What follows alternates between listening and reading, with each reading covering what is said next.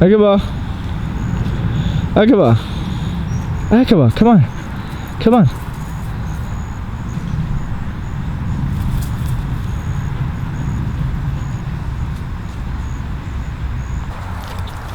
What's up, buddy? What's up, buddy? Oh, exhausted. Why are you biting my shoe, boy? Hello, everyone. Hello again, everyone. Today, I wanted to give you guys an update on Akaba. Akaba is growing, as you know, and he's getting crazier and crazier. By the day, I want to talk about some of the challenges I've been facing in the first few months of his life. Right now, he's a 7.5-month Australian cattle dog, a blue heeler. This breed is notorious for being smart, but sometimes that intelligence works against them when they get bored, which he often does living in the city.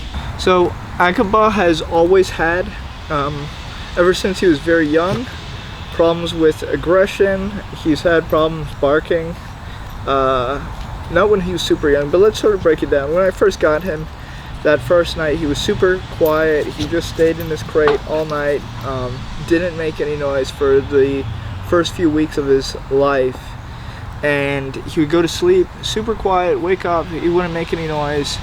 As he would get older, he would make more and more and more and more noise. He's digging a hole right now, and he's off to the races. That's sort of what he does. He wouldn't make any noise. As he got older, he would always be quiet. He wouldn't bark at other dogs. Something in him at a certain age sort of just, I don't know, clicked. I actually remember the first time he barked and he sort of shocked himself with his own barking. He was sort of like louder, I think, than he expected to be. He didn't know that he could make noise, so when he barked, he was like, whoa, what the heck? That sound came out of me. And his reaction was that of surprise more than anything. So that is basically how that was his first bark. After that, ooh, buddy, oh, buddy. I like to do wrestling moves, you know, give him a vertical suplex. You know, that's just how we roll. Just runs around. Anyways, at a certain age, he started barking. I don't know what triggered it. Every single time he would come home from one of our walks, we would get through the door, I'd give him water, and sort of just leave him, and he would just start barking as loud as he could. And I don't know what the heck he's doing. I don't know what he's doing right now. He's just going wild. He's sort of just been pent up all day, so I think this is the first time being free. So sorry for the distractions. That is a huge problem, which I will make a whole video about his getting him to stop bark, because that was something that we overcame, but we finally did overcome it. Right now, to me, I wouldn't care. This isn't my backyard. If it was, I wouldn't care if he was barking all day long. This is not my backyard. I'm at a friend's house making this video, just sort of hanging out. This is where we go sometimes to hang out, just because I don't have a space for him to run around in. I have a few areas that are sort of fenced in, and my friend's backyard has a fence, so this is sort of where I take him sometimes to run around while I do some work. I brought my camera, I brought some books, I brought some laptops. Not some laptops. I brought one laptop, but this is where he comes to run around. His problems with aggression is sort of what I wanted to talk about today mostly. So when he was super young, look at him, I don't know what's going on with him. He's wild today. When he was super young, he would place himself in front of other people, strangers, and me. So he would sort of intercept, and anytime somebody was walking close to us or in our direction, he would want to pounce on them and charge, and he would bark and, you know, sort of just go back and then boom, spring and charge at them. And it was very frightening for people because, you know, he's a dog, and he's snarling and barking, and he's snapping at the air, and it's extremely scary. And you could see that he was in distress while doing it. It's like, I don't know if he was afraid or if he was angry, wanted to protect me, wanted to, you know, establish dominance. I'm not too sure what was going on in his little mind, but it definitely was a problem, and it scared a bunch of people off. The way I got him to overcome that, for the most part, is to sit down. I would make him sit and give him a treat, wait until that person passes by, or we just stop. We just totally stop. I just stop in the middle of the street, hold the leash still, and he couldn't go anywhere. He couldn't do anything. Buddy, are you okay? He's panting. I don't know what his outburst was about. Anyways, back to his aggression. So making him stop, pausing, giving him treats, sort of solved that problem for the most part. He still would charge after bikes, and now recently he has a new thing. When it's super early in the morning, when we go out, usually he's actually sleeping in pretty early. I mean, pretty late these days. He's sleeping in until maybe 7 a.m., sometimes even later than 7 a.m., which is pretty good. I get to sleep. But sometimes in the morning, I don't know if it's because it's dark out or what's going on, he charges at people. The same thing. As soon as the sun goes down, daytime's fine. As soon as the sun goes down, and he sees somebody on the street with us, he gets totally aggressive. I don't know if it's because it's dark and he's afraid. I really don't know what it's about, but he charges at people. And for the first time this week, he's been doing something new, which I'm trying my best to stop. And what he's doing is he's redirecting his aggression towards me or towards anybody else who's holding the leash. So what he'll do is there will be something that he wants to get, and it'll be something stupid like a little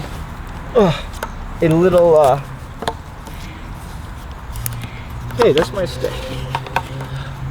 It'll be something stupid like a little stick or something like that, and he'll just decide that he wants it. You want it. Oh, you want it. Anyways, it'll be something stupid like a little stick or a cup or a garbage bag, whatever. And he'll decide that he wants it, and you'll see him. He goes back, and then he pounces, he charges. And right now I have a harness on him called an Easy Walk, which sort of restricts his mobility a little bit. And when he charges, he can't charge the way he used to be able to charge. Usually he'd just be like boom, snapping and pulling, and I could handle him when he was younger. I can still handle him, but he is super strong. He is going to be a very strong dog. I mean, his job, what this breed does is they herd cattle, so I mean they're pretty strong. Anyways, he's super strong.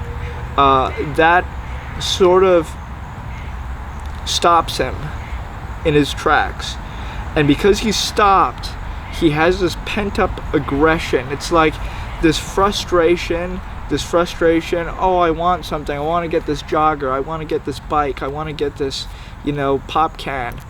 Oh, I can't get it. He gets frustrated, and that frustration grows and it grows and it grows, and then he just can't do anything about it because he's tied down.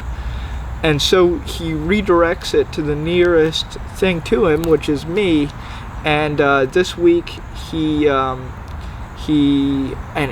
don't even think he was aware that he did it, although I was pretty angry.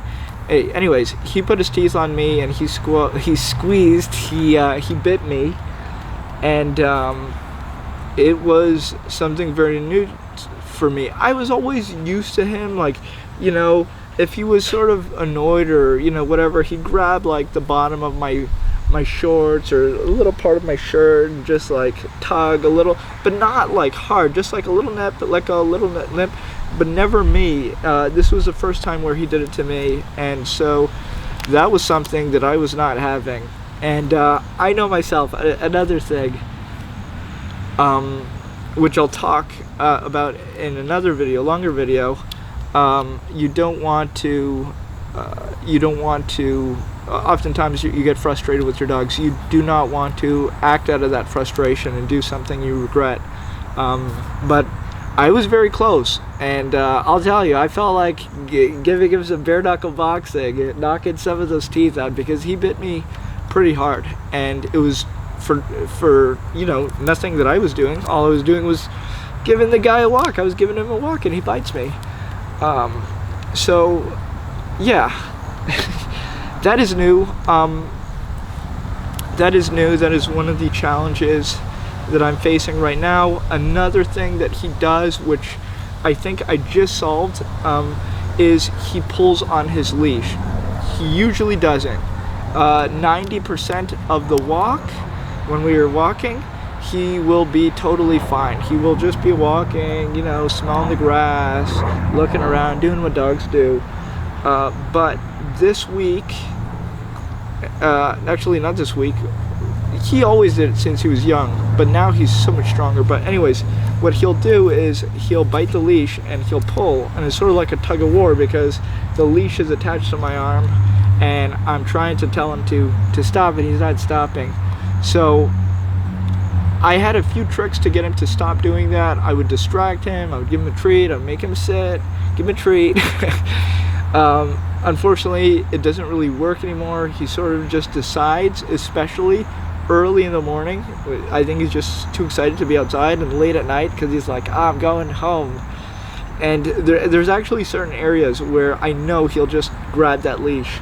But anyways, he started doing it when he was younger, and it was fine back then. I didn't like it, but I could handle it because he was small. But now he's super strong, so I cannot do it anymore. So what I did, and I'm hoping it solves it, I'll let you guys know, is I bought a chain leash. This is just a metal leash with chains, and it's just like a regular leash. It's just not made out of that regular fabric that they usually make leashes out of. I think they usually make them out of this really thick nylon type material that's woven, and it's a strong leash. But anyways, this metal chain I think will solve that, because you can't grab it. Even when we're places like a park or something, if the bench is wood, he'll sort of just try to chip away at it with his teeth. He'll sort of like scratch the wood, but if it's metal, he'll just leave it alone because he knows it's too hard and he doesn't want to break his teeth. So I'm hoping with this metal chain it'll totally eliminate that, because I know he won't grab it. I just hope that doesn't make him more frustrated, because it's sort of a thing about him. He becomes frustrated and then he sort of acts out, and you know, it's like having a kid in a way. You have a bunch of problems that pop up, and then you do your best to solve them, and you solve them, and then a whole new set of problems pop up. Just when you think you're gonna be living the easy life, more stuff happens. So I got rid of his barking. I'm gonna do a whole video on it. The reason why I had to get rid of his barking was because I live in a building. I live in a building, and there's lots of people beside me, above me, below me, all over the place, and I can't have any barking. So what I did is I got a shock collar, and I'm gonna do a whole video on my experiences with a shock collar. I don't agree with using a shock collar. I don't like it. I really try to avoid getting a shock collar, and I tried every single thing I could before getting a shock collar. So I'm gonna make a separate video and talk about that whole experiences with his barking, because it really got to a point where it was crazy. I thought I would be kicked out. I thought I thought the police would be at my house. I mean, I would have to leave in the middle of the night. He would start barking in the middle of the night, 2, 3 a.m., and he wouldn't stop. He would just bark, and I would have to get out of bed and leave. I'd have to leave. I had nowhere to go. I just had to leave because, like, you know, there's nothing I could do because it was so loud too. So yeah, all, you know, all a, you know, just all an experience. Another thing that I want to talk briefly about, because the truth is, he doesn't have that many issues. He's a pretty good dog. He just pulls. He used to eat a lot of garbage, grab everything. Still grabs some stuff, but he's not interested in stuff the same way anymore. But the pulling, I've sort of solved. I'm going to talk in another video about that Easy Walk harness because I think it's a great invention. I hope that more people find out about it because it really, I mean, I've just had it for a few days, but it's totally changed our walks. It's totally changed our experience. Before, when I was going on a walk with him, it was like a constant struggle. I didn't realize how much of a struggle it was because it was just a constant struggle. And with this Easy Walk harness, it's night and day, totally different dog. So I will be talking about it, the pros and cons. Do that in another video because it really deserves a whole thing. But the thing that I want to mention, which was a huge problem, was his vet. And I don't want to talk bad about anybody. I don't want to talk bad about a vet because there's lots of people who use many vets around the city. I'm in Toronto right now. But his old vet did not seem to know what he was doing, which was very unfortunate. It really was unfortunate. So all puppies get worms. And these worms, they pick up from the ground and from, you know, all over the place. They're just filthy creatures. They're just always on the ground, sniffing and licking everything. So anyways, all the puppies apparently get worms because their immune systems aren't strong enough to kill them. And so he would constantly have worms. And these worms, you could see when he would go to the washroom, you would see them in his, you know, in his... on the ground. And they'd be wriggling around, they'd be still alive, and they would look like little strings of spaghetti. And they were totally gross. And you know, we would go to the vet and I'd be like, he has worms. And the vet would, oh, he just saw a mouse. Now he's going crazy. I just saw that mouse too. Now he's trying to search for the mouse. The mouse is sort of hidden under the porch. I don't know how it's going to get away. Anyways, the drama unfolding in the background. The vet that I was going to did not speak English, which was a red flag. As soon as I went there, I should have just left because you need to be able to communicate with your vet. You need to know what's going on with your pet. You need to be able to communicate what you're dealing with. My vet didn't speak English. And it's just the neighborhood that I live in. Toronto is so multicultural that you'll sort of have sections with their own ethnicities. And anyways, my vet did not speak English.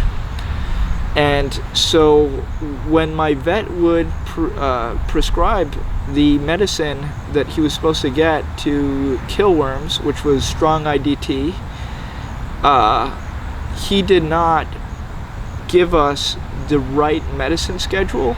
So to my understanding, there's different types of larvae. There's the adult larva and the baby larva, and we were only killing one set of larvae, and then the other set was continuing to survive. So he'd get his medicine and all the worms apparently would die. I'd see them come out dead, and you know, I wouldn't see them for a few days, and then they'd come back and I'd be like, what the heck is this? Why is he always getting these worms again? I didn't realize that the worms were always inside him, and the medicine schedule that we were on were always leaving us with worms. You're supposed to have a schedule that kills the baby worms and then kills the adult worms. I'm not too sure how I'm not too sure how they time it out, but they do time it out weeks apart to give certain dosage to kill this set of worms and then this set of worms and finish it. And we did not do that with him, so he was constantly infected with worms. It was horrible. It would give him diarrhea, it would give him upset stomachs, and just... So I finally found a new vet. I had enough. I found a new vet, and I went to the new vet. The truth is, why I went to the new vet, because he's at the age where he has to be neutered soon, and I'm like, there's no way I'm getting him neutered with this vet that doesn't speak English and I can't speak to, and like, I don't even know if this is a real, I don't even know if this is a real place. So anyways, I went to a new vet, wonderful vet. She explained everything to me, and she was shocked that he still had worms, because I told her, yeah, he always has worms. He always has worms. She was like, well, did he have this medicine? Yeah, he keeps taking the medicine. He keeps having worms. And so anyways, she explained to me about the schedule of the medicine and how it's supposed to be split up and given at different times. And so right now, that was 2 weeks ago, where we went to that new vet. He had his first dose 2 weeks ago, which killed that first set, and then I gave him the second dose today, just before we came here. And so that should take care of his problems. I really don't want to see any more worms, because again, with the last vet, the worms would disappear for a few days, a few weeks, and then come back. So hopefully it's done. I don't want to see any more worms. I don't want him to get sick again. So anyways, those are some of the issues that I'm dealing with my dog. Most of the time we have a great relationship. This whole video has had a very negative spin on it. There's like a cloud overhanging this video, because I've just been talking about the bad things. But our relationship is actually a very good relationship.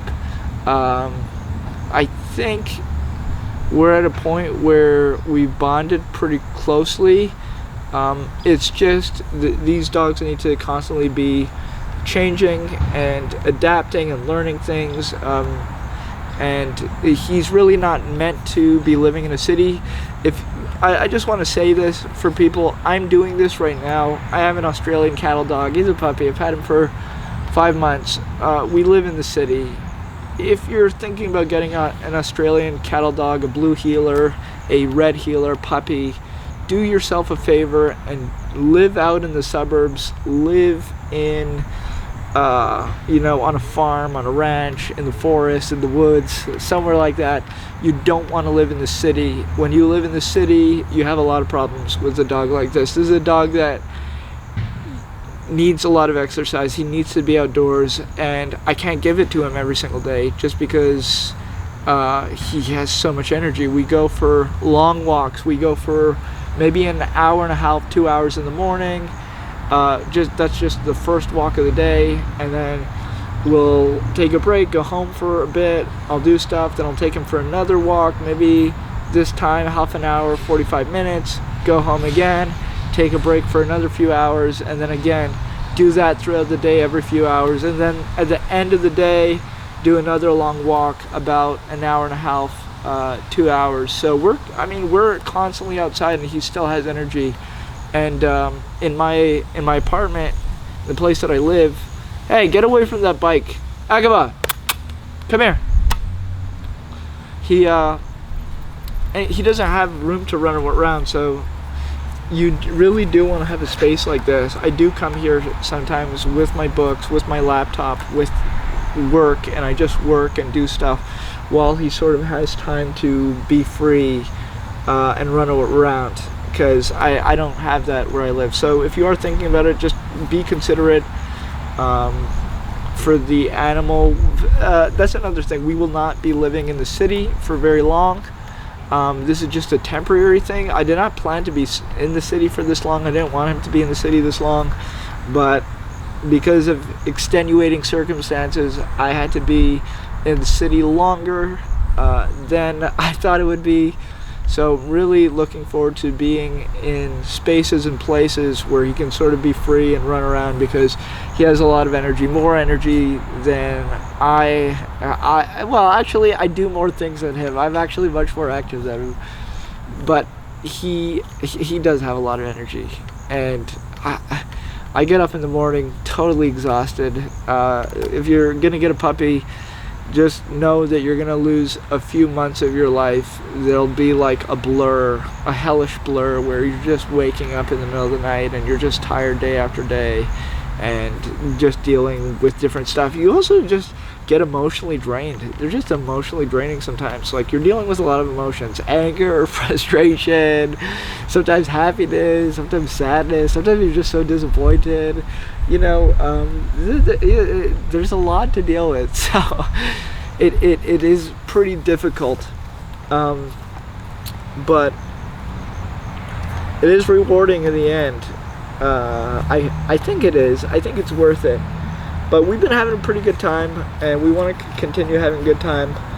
We're going to be here for the rest of the day just chilling. I just wanted to make this video check-in because I haven't been making too many videos recently, and it's not because of you, it's because of me. I've just been dealing with him, his barking, different stuff that I just need to take care of. Now I'm sort of getting a handle on him. We got a lot of stuff going on. For those of you watching, you don't know who I am, you're watching this because of the dog. I'm actually a magician, so just preparing for an upcoming trip that I'm doing. I'm going to China soon. I got to find Akaba, babysitter, pet sitter, to take care of him. I'll be in China for, it looks like I'll be there for 2 weeks, and culminating in a grand show at the Mercedes-Benz Arena in Shanghai. That will be on October 9th. So if you're in Shanghai and you want to see, if you want to see some great magic, come out to the Mercedes-Benz Arena. It should be a good time. See, I don't care if he's barking when we're out here. I really don't care. It's just when we're inside. And like, this is nothing compared to how he's barking, by the way. So anyways, going to be doing that, doing a ton of stuff in China, work in China. So really excited for that. Other than that, in news, working on a few decks of cards for you. We are preparing, well, by we I mean me, and actually we, because I am working with a graphic designer now to help me with some small work. So he's been great so far. His name is Destino. He's helping me with the next deck that I'm doing, which is called Emanations. Emanations is not just a deck of playing cards, it's a whole project. It will have a video component, maybe even a book eventually, but it is all around going to and investigating the origins of magic and sort of where magic came from. Not the magic that you see in the magic history books, but much, much further, thousands and thousands of years back. We're going to the root of everything. So that is a big project, but a deck of cards is part of it. So for the last little bit, I've been working on that deck of cards. It is coming together slowly. Yeah, it's coming together slowly. I'm pretty excited about it. I hope to have some news on it for you soon. We will be launching it on Kickstarter. And for the people who do get it, you will be able to get cards that are included with the deck that you can use for Hidden Leaves. So if you do own Hidden Leaves, there's some cards in it, and the cards are designed to work for specific tricks from Johann Nepomuk Hofstadter from Vienna from the 1800s. So I've done the research and I'm redesigning some of the props that he used, so you'll be able to get your hands on that soon. We'll do instructional videos, and hopefully we'll get some of my friends who work very hard on these routines to give commentary and instruction on some of these masterpieces, including Everywhere and Nowhere and a few other stuff, which it's coming. A lot of you have been asking me about the GAF cards, but they're coming. Anyways, want to make this quick video. This is not a quick video. Want to make this video because it's been a while. Hope you guys enjoyed it. If you guys liked it, please like the video. If you aren't already subscribed and you want to find out more about what I do, subscribe. Akaba, tell them to subscribe. Can you say subscribe? Tell them to subscribe. No. Hey, get out of there. Tell them to subscribe. Akaba.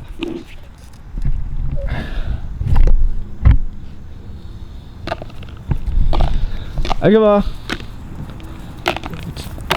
Akaba, tell them to subscribe to our channel. Hey.